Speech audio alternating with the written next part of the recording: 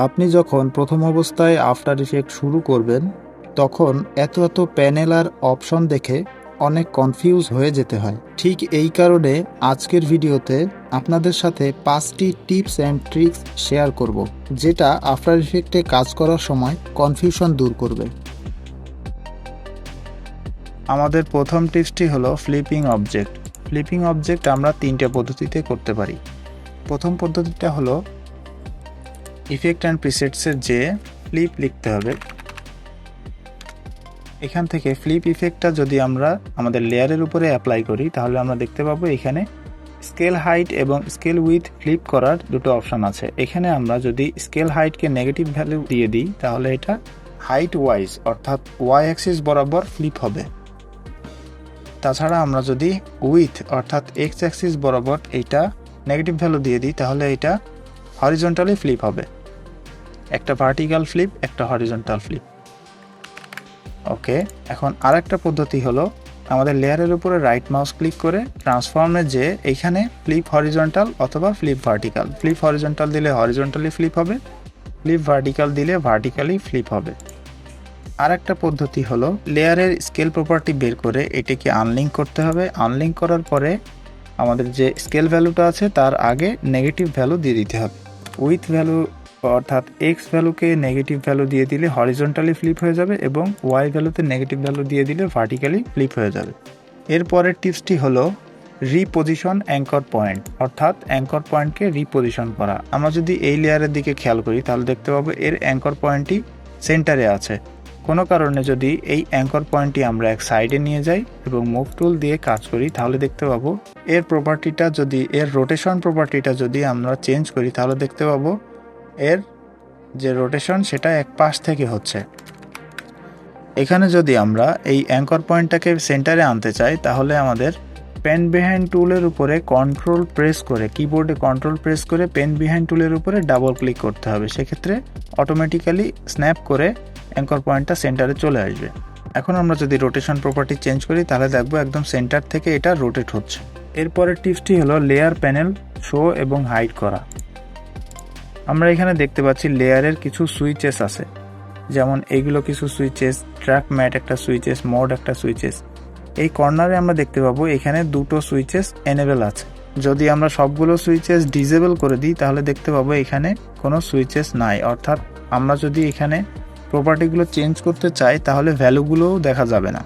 সেক্ষেত্রে প্রথমে আমরা সুইচেসগুলো নিয়ে আসবো। এটাতে প্রথম এই সুইচেসগুলো আসবে যেটাতে আমরা ভ্যালু চেঞ্জ করতে পারবো। তারপরে যে সুইচেস সেইটা এনেবেল করলে আমাদের ট্র্যাক ম্যাট এবং মোড চলে আসবে। তারপরের যে সুইচেস সেটাতে আমাদের ডিউরেশন দেখাবে, অর্থাৎ এই ক্লিপের এই লেয়ারের যে ডিউরেশন সেটা। তারপরের যে সুইচেস সেটাতে আমাদের রেন্ডার টাইম দেখাবে, অর্থাৎ এই একটা লেয়ার রেন্ডার হতে কতটুকু সময় নেয়। এখানে আমরা দেখতে পাচ্ছি যে যত বেশি সুইচেস আমরা এনেবেল করব তত আমাদের লেয়ারটা ছোট হতে থাকবে। সেক্ষেত্রে আমাদের সবগুলো সুইচেস আমাদের প্রয়োজন মতো এনেবেল এবং ডিসেবল করতে হবে। এরপরের টিপসটি হলো কপিং প্রপার্টিস অ্যান্ড ইফেক্ট। আমরা কোনো একটা লেয়ারের ইফেক্ট এবং প্রপার্টিগুলো আর একটা লেয়ারে কপি করতে পারি। এখানে আমরা দেখতে পাচ্ছি দুটি লেয়ার আছে পাশাপাশি। যদি আমরা প্রথম লেয়ারটিতে অ্যানিমেশন দিই, যেমন আমরা প্রথম লেয়ারটার স্কেল দিলাম 0 সেকেন্ডে 0, একটি কি ফ্রেম দিলাম এবং 1 সেকেন্ডে এর ভ্যালু দিলাম 150।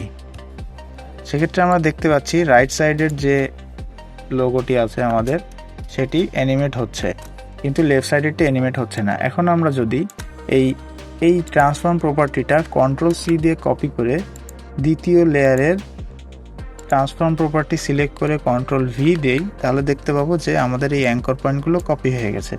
এখানে একটা জিনিস খেয়াল করতে হবে যে আমাদের প্লে হেডটা সেম পজিশনে রাখতে হবে, অর্থাৎ প্রথম লেয়ারের প্রথম অ্যাঙ্কর পয়েন্টের যে পজিশন সেই পজিশনে আমাদের রাখতে হবে, তাহলে এটি ওইখানে পেস্ট হবে, আদারওয়াইজ এইখানেই পেস্ট হয়ে যাবে। তো আমরা এটিকে সরায়ে প্রথমে দিয়ে দিচ্ছি। এখন যদি আমরা দেখি তাহলে দুইটা লেয়ার একই জায়গায়, অর্থাৎ এর যে পজিশন ছিল সেই পজিশনটাও কপি হয়ে এটাতে চলে এসছে। আমরা যদি পজিশনটা লেফট সাইডে দিয়ে দিই তাহলে দেখতে পাবো যে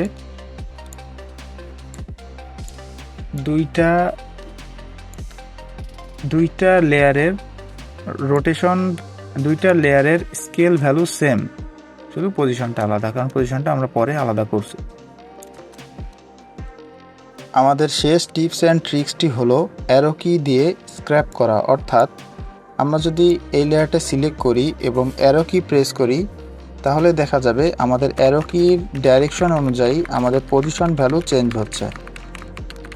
এখানে আরেকটা বিষয় যে শিফট চেপে যদি আমরা অ্যারো কি প্রেস করি তাহলে এই ভ্যালুটার ইনক্রিমেন্ট আরও দ্রুত হবে। আরেকটি বিষয় হলো মাউসের মাধ্যমে আমরা ভ্যালু ইনক্রিমেন্ট এবং ডিক্রিমেন্ট করতে পারি, এবং যদি শিফট প্রেস করে মাউস ক্লিক এবং ড্র্যাগ করি তাহলে ভ্যালুটা আরও ফাস্ট ইনক্রিমেন্ট এবং ডিক্রিমেন্ট হবে। এই ছিল আমাদের 5টা tips and tricks after effect সম্পর্কে। ভিডিওটি দেখার জন্য ধন্যবাদ। আসসালামু আলাইকুম।